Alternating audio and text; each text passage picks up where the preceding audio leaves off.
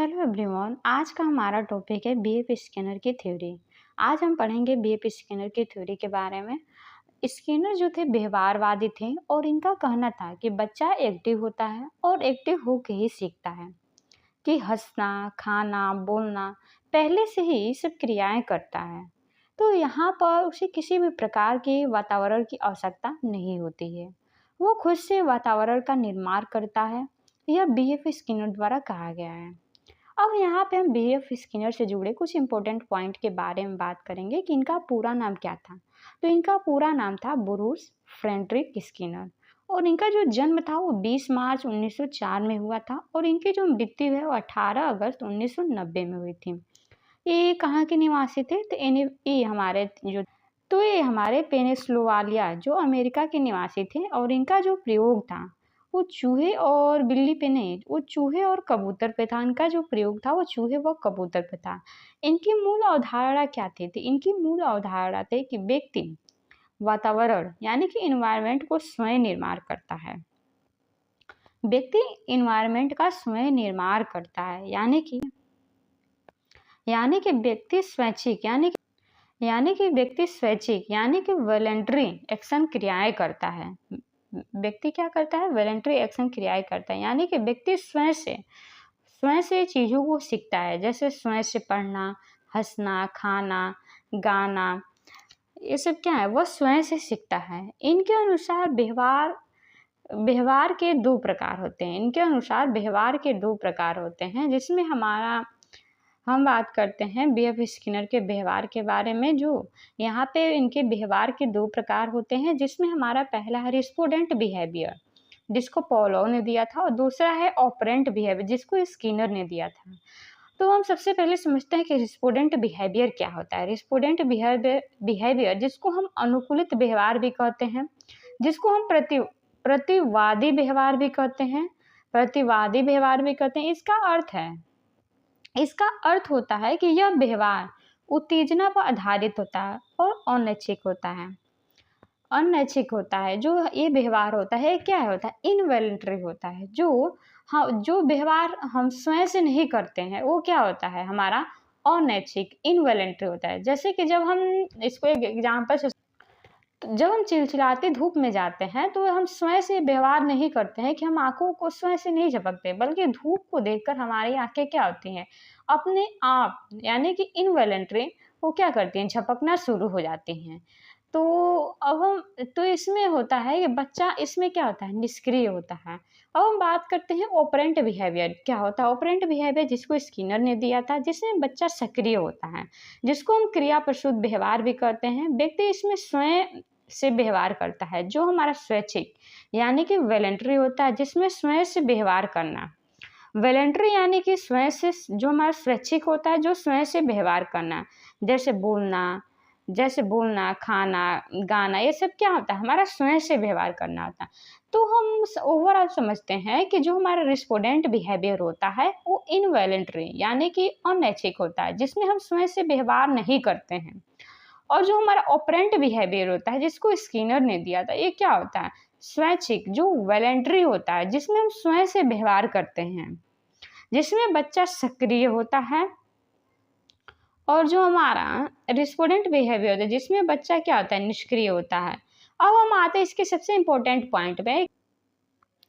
अब हम यहाँ पे स्किनर के सबसे इम्पोर्टेंट पॉइंट के बारे में बात करेंगे, जो है हमारा इनका प्रयोग, इनका एक्सपेरिमेंट, कि इन्होंने चूहे के ऊपर प्रयोग किया। 1930 में इन्होंने चूहे के ऊपर प्रयोग किया।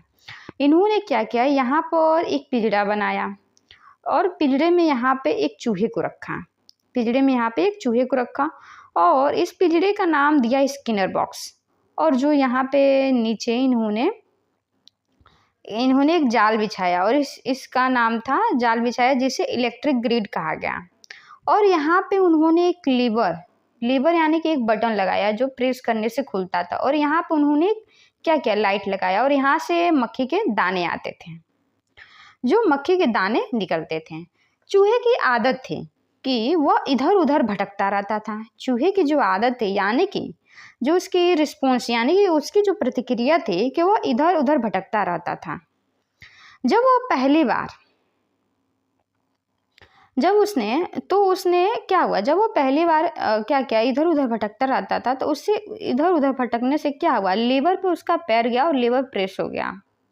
तो उसकी लीवर इधर उधर भटकने से उसका पैर लीवर पे गया और लीवर प्रेस हो गया और उसे क्या हुआ, उसे मक्की का दाना मिल गया। तो जब उसे पहली बार यहाँ पर रीइंफोर्समेंट यानी कि प्रशंसा, यानी कि जिसको हम पुरस्कार बोलते हैं, यानी कि एक प्रकार का हमारा मोटिवेशन या रिवॉर्ड उसको कह ले या पुरस्कार कर ले, जिसको हम पुनर्बलन कहते। तो यहाँ पे हमारा पुनर्बलन क्या है, पहला मक्की का दाना मिलना हमारे लिए यहाँ पर क्या है, एक मोटिवेशन, एक रिवॉर्ड का काम करता है। तो उसे पता चल गया, तो इस प्रकार चूहे को पता चल गया कि लीवर को प्रेस करने से मक्की का दाना मिलेगा। तो लीवर को प्रेस करेंगे, जब बार बार वो प्रेस करता है तो उसे बार बार मक्की का दाना मिलता है। तो यही से सिद्धांत के बहुत सारे नाम भी निकलते हैं। तो उन्होंने क्या किया, जब यहाँ पे उसने देखा, तो यहाँ पे स्टिमुलस क्या है, मक्की के दाने। तो यहाँ पे स्टिमुलस क्या है, मक्की के दाने का ज्ञात व्यवहार, यानी कि उसे पता चल जाता है कि जब उसे बार बार जब भी वो लीवर प्रेस करेगा तो उसे क्या होगा, मक्की के दाने मिलेंगे। तो उसका रिस्पॉन्स क्या आता है, ज्ञात प्रक्रिया, यानी कि वो लीवर को प्रेस करता है जब भी उसे मक्की के दाने चाहिए होते हैं।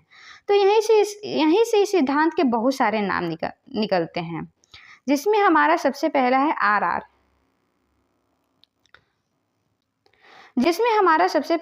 RR सिद्धांत, जिसको हम रिस्पॉन्स कहते हैं, यानी कि रीइंफोर्समेंट, यानी मक्की अज्ञात के दाने, यानी कि जब उससे लीवर प्रेस हो जाता है तो उसे क्या है, एक रीइंफोर्समेंट मिलता है, जो उसके लिए मोटिवेशन, रिवॉर्ड या पुरस्कार का काम करता है।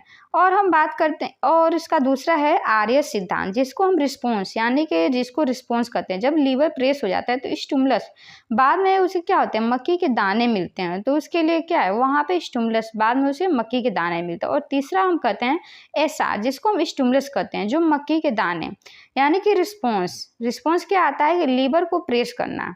तो उसे पता चल जाता है कि जब भी उसे मक्की के दाने चाहिए तो उसको लीवर प्रेस करना पड़ेगा। और चौथा इसका नाम है परिणात्मक सिद्धांत, जिसको हम कॉन्सिक्वेंशियल ऑफ बिहेवियर कहते हैं, कि हमारा व्यवहार परिणाम पर आधारित होता है, कि हमारा जो व्यवहार होता है वो क्या होता है, परिणाम पर आधारित होता है। और पांचवा इसका नाम है क्रिया प्रसूत का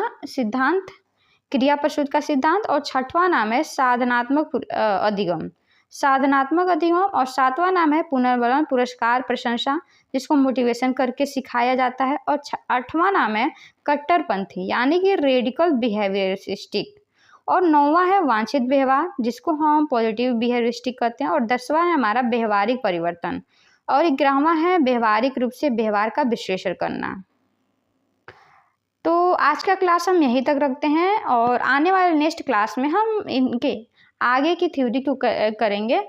और तब तक अगर आपको ये वीडियो पसंद आया हो तो वीडियो को लाइक करें, शेयर करें, और चैनल पर नए हो तो सब्सक्राइब करना बिल्कुल ना भूलें। मिलते हैं अगले वीडियो में, तब तक के लिए धन्यवाद।